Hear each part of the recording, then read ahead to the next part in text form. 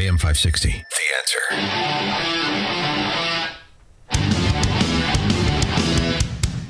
Everywhere there's a Democrat. He's a rogue, all right, notorious for his flamboyant lifestyle. Flashy clothes, fancy parties, fine women. Are you his daughter? No, I'm his fast side cars. broad. And soon, I'll be running for president. Tramp. Kevin, Las Vegas. Oh, it's a great clip. No, I'm not. I love it. Yesterday you were She's talking most about Mamdani. I was on qualified hold. I person had to jump off. ever run for president. She's the most qualified. What were her qualifications? She consistently lost her underwear in Willie Brown's Riviera. Shoot. I thought the qualifications were she didn't lose the underwear. No, Oh, she wait, lost them. either. She didn't even care. The wife's Either at way. home. This was the celebration. The wife's at home. He's got the gumad at the party after he won, the filthy pig. All right, go ahead. You were talking about Mamdani yesterday. I was on hold. I had to jump off, but I think it fits anyways because it has to do with stealing everybody's money. So you've been talking about it for forever, since way before I was listening about the areas where, blurring the line between republic and democracy, where if you can get the 51 people to vote for you, they will steal the assets and property and money The of 49%. I think these areas like Mamdani, where he's at in New York and Chicago, I think they figured out that that's what they do. They just promise everybody else's assets, except the people voting for them just haven't figured out yet that they just steal the money and they don't redistribute it to anybody else. I don't know. And they illegitimately make it appear to be a law.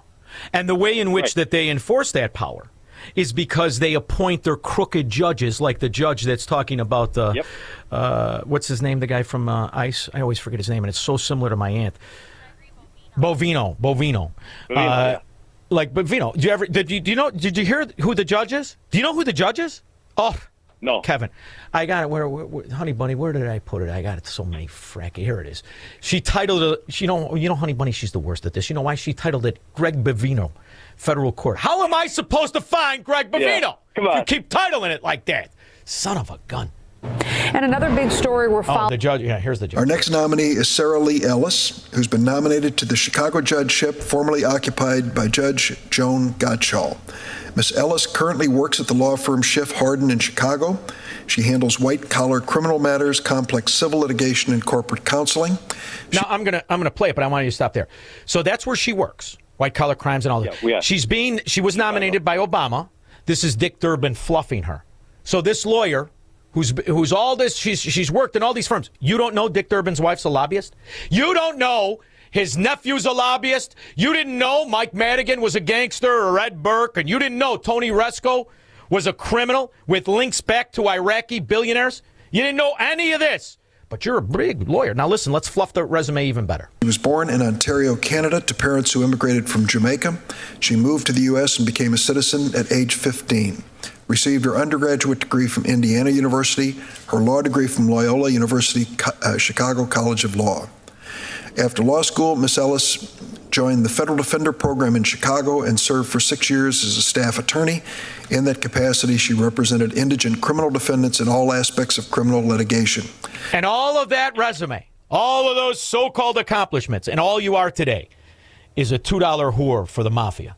That's all you are. You just got to roll And by. that's the next step, just like you said about how they make it seem legitimate and they legislate things away. That is, you watch. You're always making predictions on here. I'm going to make one. All right. When Mamdani is elected, the first thing they're going to do is they're going to create legislation that makes it difficult for people to get out of the city. Oh yes.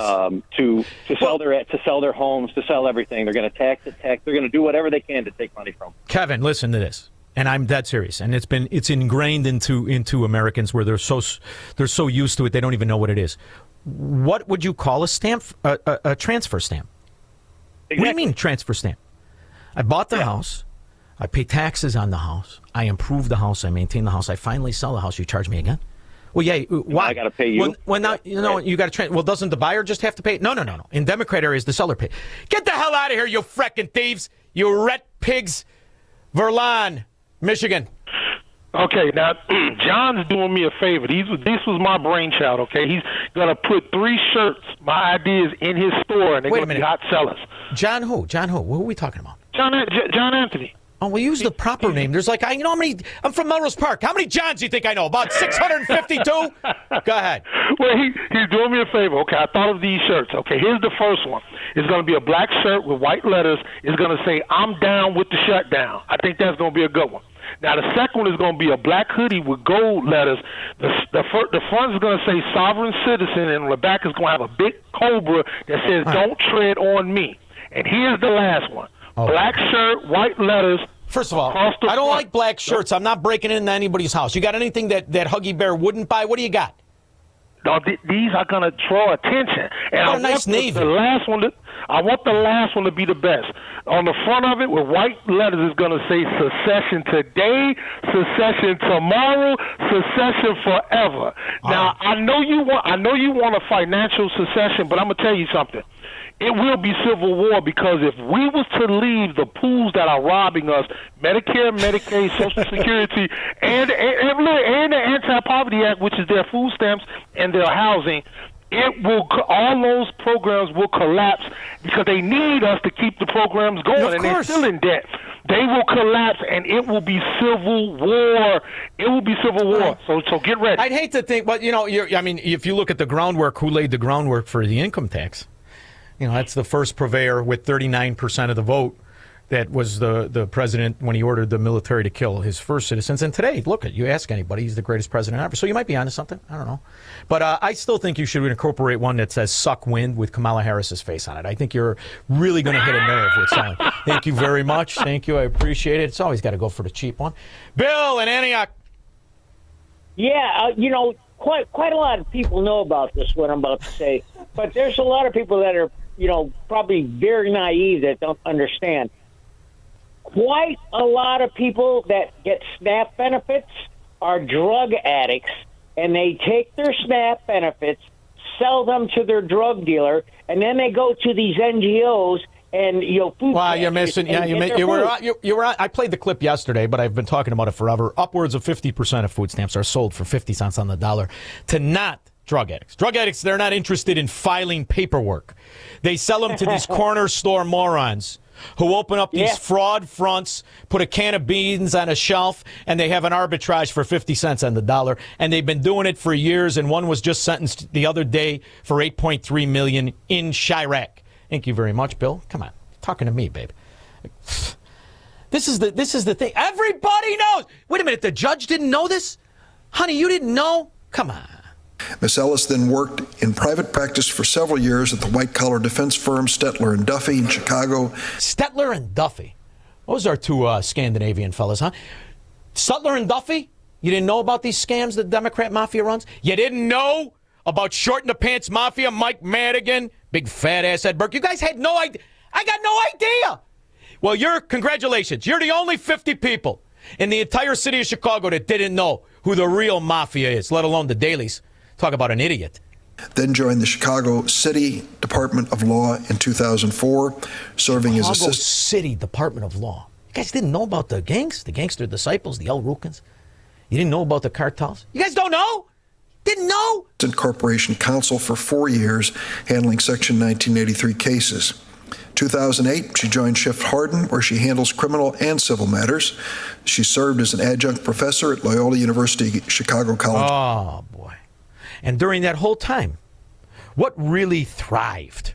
During her whole time, lawyer, judge, what thrived? The underworld, the cartels, the drug sales, the scourge. Look at what's happened to the quality of life in Chicago since this bimbo decided to come here from Canada. It's been great, huh? That's the one you're going to judge somebody? You're going to judge somebody. Get the hell out of here. You're a foot soldier for the mafia. That's all you'll ever be. 312-642-5600. This is the Shaun Thompson Show, where Democrats are always wrong, Republicans are seldom right, and politicians are never, ever to be trusted. On AM 560, The Answer.